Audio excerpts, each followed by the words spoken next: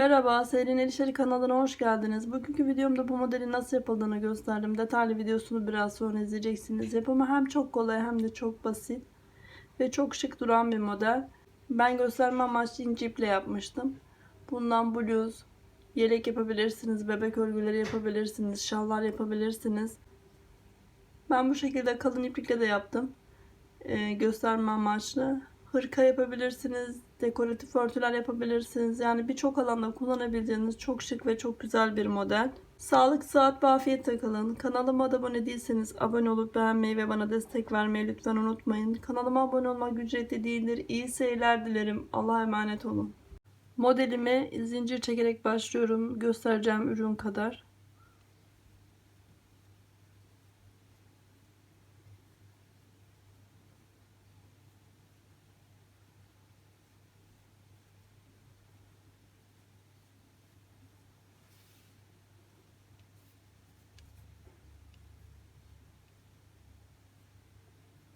Benim için bu kadar yeterli.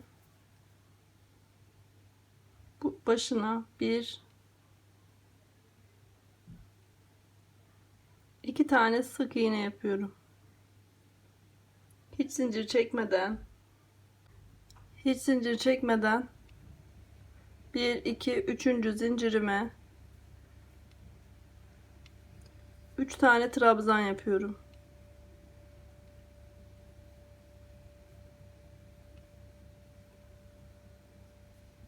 Bir adet zincir çekiyorum. Aynı yuvaya tekrar 3 tane trabzan yapıyorum.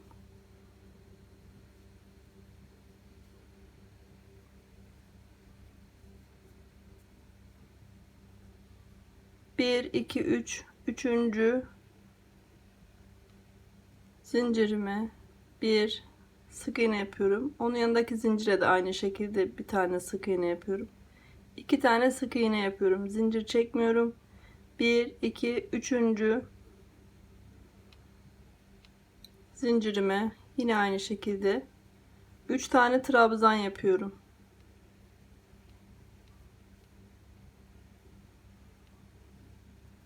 Bir zincir, 3 trabzan.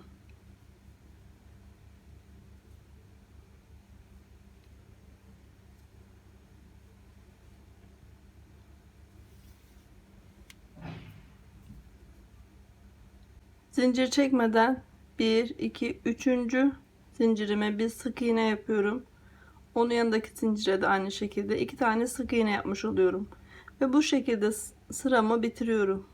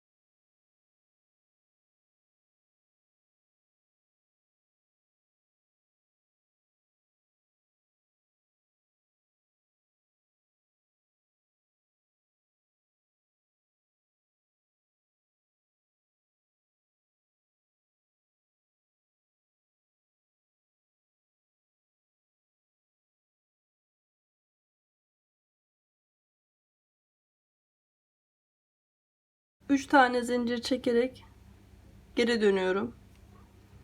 Bu da bir trabzan olmuş oluyor ve yanındaki sık iğnemin üstüne aynı şekilde dolduruyorum. 2 tane trabzan yapmış oluyoruz. 3 tane zincir çekiyorum. Bu 2 tane trabzanlarımın arasındaki yuvaya 2 tane sık iğne yapıyorum. 1 2 3 tane zincir çektim. Sık iğnelerimin üzerine 2 tane sık iğnemin üstüne 2 tane trabzan yaptım. 3 tane zincir çektim. Bu aradaki yuvaya 2 tane sık iğne yapıyorum. Ve bu şekilde bu sıramı bitiriyorum.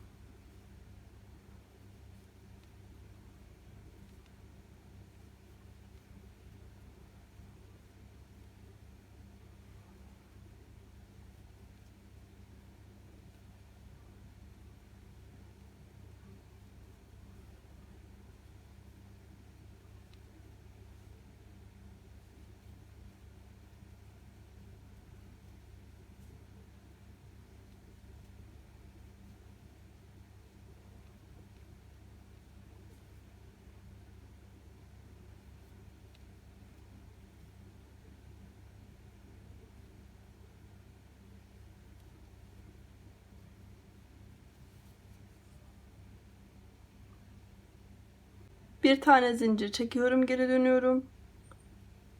Bir, iki tane sık iğne yapıyorum trabzanlarımın üstüne. Yine aynı şekilde hiç zincir çekmeden bu sık iğnemin üstüne 3 tane trabzan yapıyorum. Bir zincir çektim. İkinci sık iğnemin üstüne de aynı şekilde 3 tane trabzan yapıyorum. Zincir çekmeden yine aynı şekilde trabzanımın üstüne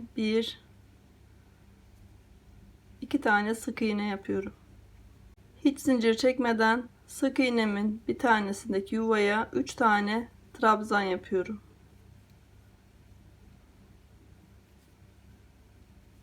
Bir zincir ve yanındaki sık iğneme de aynı şekilde 3 tane trabzan yapıyorum.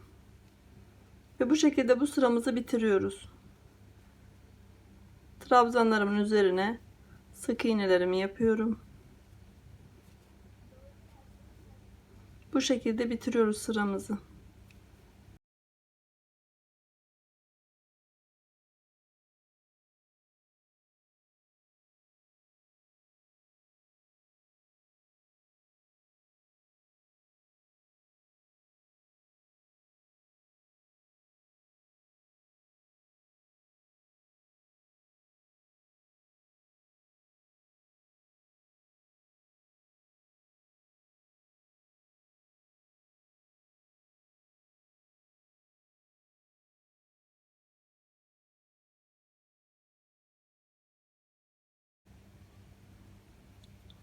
Sık iğnelerimi yaptım, geri dönüyorum. 1 2 3 3 tane zincir çektim.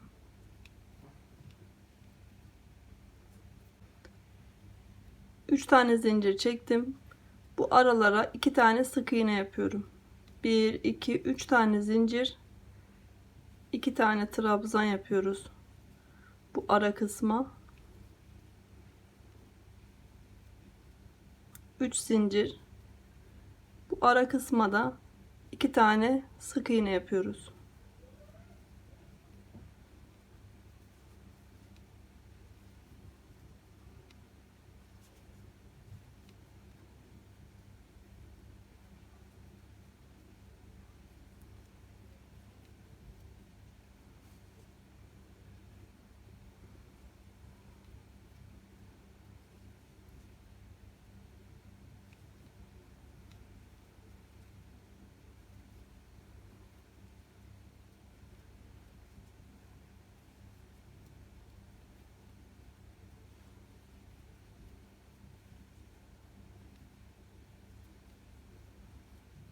Sıra sonundayım. 2 tane trabzanımı yaptım.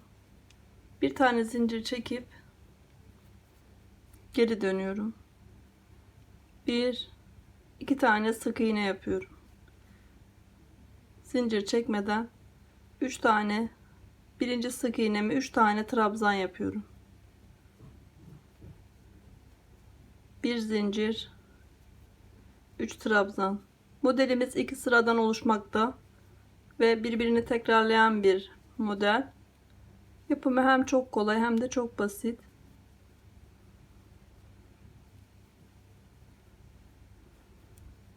Sık iğneme yine aynı şekilde 3 trabzan, bir zincir, yanındaki sık iğneme de aynı şekilde 3 tane trabzan yapıyoruz. Ve modelimizi bu şekilde ilerletiyoruz.